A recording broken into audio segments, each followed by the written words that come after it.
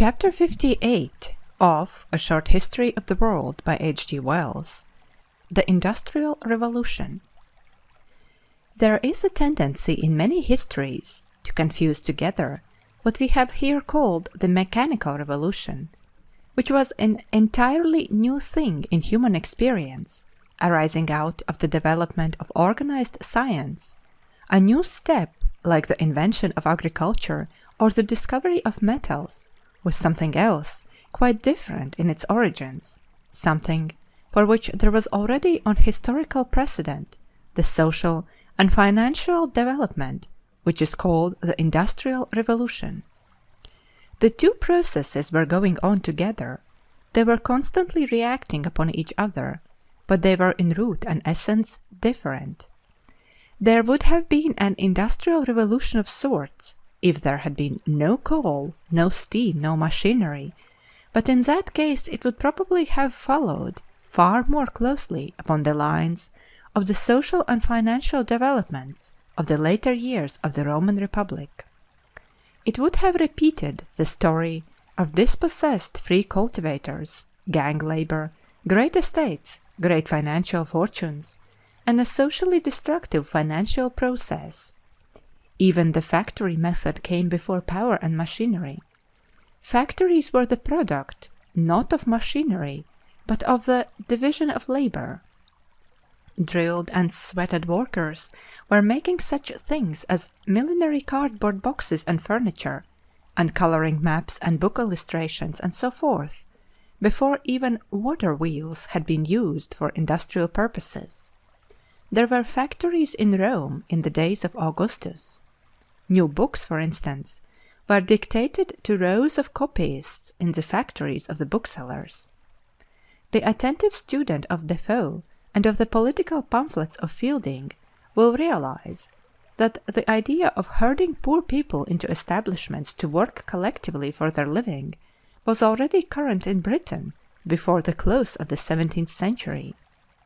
There are intimations of it even as early as More's Utopia, 1516. It was a social and not a mechanical development. Up to past the middle of the 18th century, the social and economic history of Western Europe was in fact retreading the path along which the Roman state had gone in the last 3 centuries B.C. But the political disunions of Europe, the political convulsions against monarchy, the recalcitrance of the common folk, and perhaps also the greater accessibility of the Western European intelligence to mechanical ideas and inventions, turned the process into quite novel directions. Ideas of human solidarity, thanks to Christianity, were far more widely diffused in the newer European world. Political power was not so concentrated, and the man of energy, anxious to get rich, turned his mind, therefore, very willingly from the ideas of the slave and of gang labor to the idea of mechanical power and the machine. The mechanical revolution, the process of mechanical invention and discovery, was a new thing in human experience, and it went on regardless of the social, political, economic, and industrial consequences it might produce. The Industrial Revolution, on the other hand, like most other human affairs, was and is more and more profoundly changed and affected by the constant variation in human conditions caused by the mechanical revolution. And the essential difference between the amassing of riches, the extinction of small farmers and small businessmen, and the phase of big finance in the latter centuries of the Roman Republic on the one hand, and the very similar concentration of capital in the 18th and 19th centuries on the other, lies in the profound difference in the character of labor that the mechanical revolution was bringing about. The power of the Old World was human power.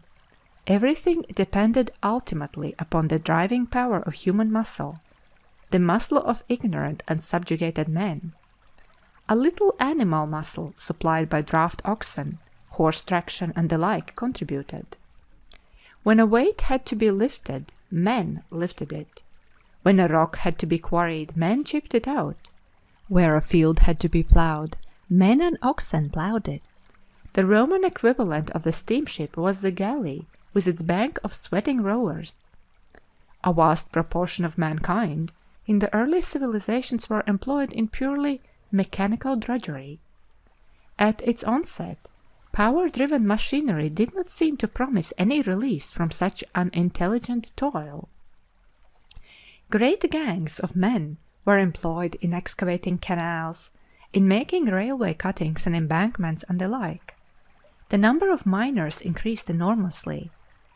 But the extension of facilities and the output of commodities increased much more, and as the 19th century went on, the plain logic of the new situation asserted itself more clearly. Human beings were no longer wanted as a source of mere indiscriminate power. What could be done mechanically by a human being could be done faster and better by a machine. The human being was needed now only where choice and intelligence had to be exercised. Human beings were wanted only as human beings. The drudge, on whom all the previous civilizations had rested, the creature of mere obedience, the man whose brains were superfluous, had become unnecessary to the welfare of mankind. This was as true of such ancient industries as agriculture and mining as it was of the newest metallurgical processes. For plowing, sowing, and harvesting, swift machines came forward to do the work of scores of men. The Roman civilization was built upon cheap and degraded human beings. Modern civilization is being rebuilt upon cheap mechanical power. For 100 years power has been getting cheaper and labor dearer. If, for a generation or so, machinery has had to wait its turn in the mine, it is simply because, for a time, men were cheaper than machinery. Now here was a change-over of quite primary importance in human affairs. The chief solicitude of the rich and of the ruler in the old civilization had been to keep up a supply of drudges. As the 19th century went on, it became more and more plain to the intelligent, directive people that the common man had now to be something better than a drudge. He had to be educated, if only to secure industrial efficiency. He had to understand what he was about.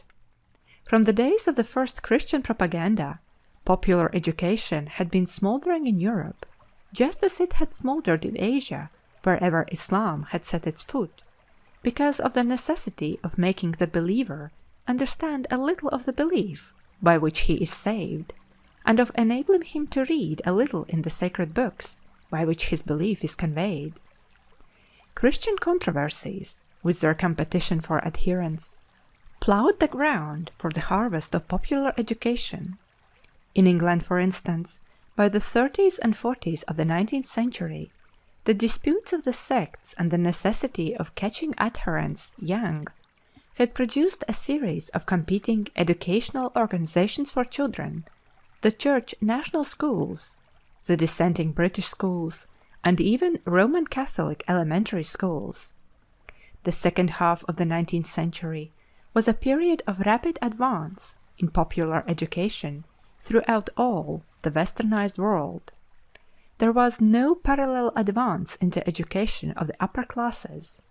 Some advance, no doubt, but nothing to correspond, and so the great gulf that had divided that world hitherto into the readers and the non-reading mass became little more than a slightly perceptible difference in educational level.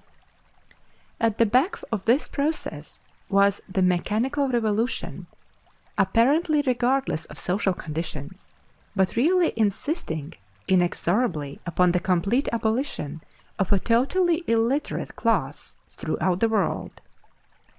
The economic revolution of the Roman Republic had never been clearly apprehended by the common people of Rome. The ordinary Roman citizen never saw the changes through which he lived, clearly and comprehensively as we see them. But the Industrial Revolution, as it went on towards the end of the 19th century, was more and more distinctly seen as one whole process by the common people it was affecting, because presently they could read and discuss and communicate, and because they went about and saw things as no commonalty had ever done before. End of chapter 58.